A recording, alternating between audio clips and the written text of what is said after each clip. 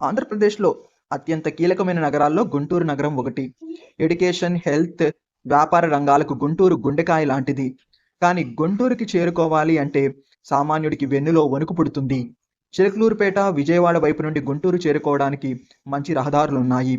కానీ మిగతా పట్టణాల సంగతి ఏంటి? ఇంకా పాతకాలం రోడ్ల మీదే ప్రయాణించి ప్రాణాలు అరచేతిలో పెట్టుకుని గుంటూరుకి చేరుకోవాల్సి వస్తుంది. గుంటూరు నుండి పొన్నూరు, తెనాలి, అమరావతి, నరసరావుపేట, సత్తెనపల్లి ఈ పట్టణాలకు చేరుకోవడానికి సరైన రహదారులు లేవు. ప్రస్తుతం ఉన్న రహదారులన్నీ 2 లేన్ రోడ్సే. దానివల్ల ఈ రోడ్ల మీద ప్రయాణించటము చాలా ప్రమాదకరంగా మారింది.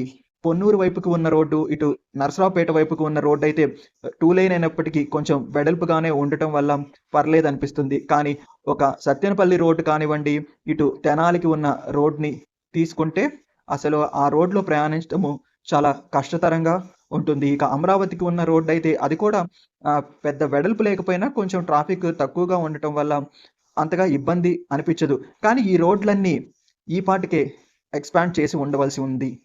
కానీ ప్రస్తుతము కొన్ని రోడ్లకు సంబంధించి ఎక్స్పాన్షన్ పనులు మొదలయ్యాయి. మరి కొన్ని రోడ్లకు సంబంధించేమో ప్రపోజల్స్ దశలో ఉన్నాయి. సో ఖచ్చితంగా గుంటూరు లాంటి కీలకమైన నగరానికి సరైన రోడ్లు ఎంతైనా అవసరము.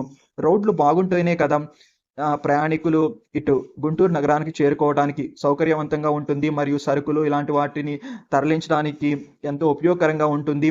గుంటూరు జనరల్ హాస్పిటల్ చాలా ఫేమస్. ఎంతోమంది వైద్యం కోసం ఇక్కడికి ప్రతిరోజు వస్తుంటారు వివిధ ప్రాంతాల నుండి. సో వాళ్ళందరూ ఈ ఇరుకైన రోడ్లో ప్రయాణించి రావటము చాలా కష్టతరము అవుతుంది.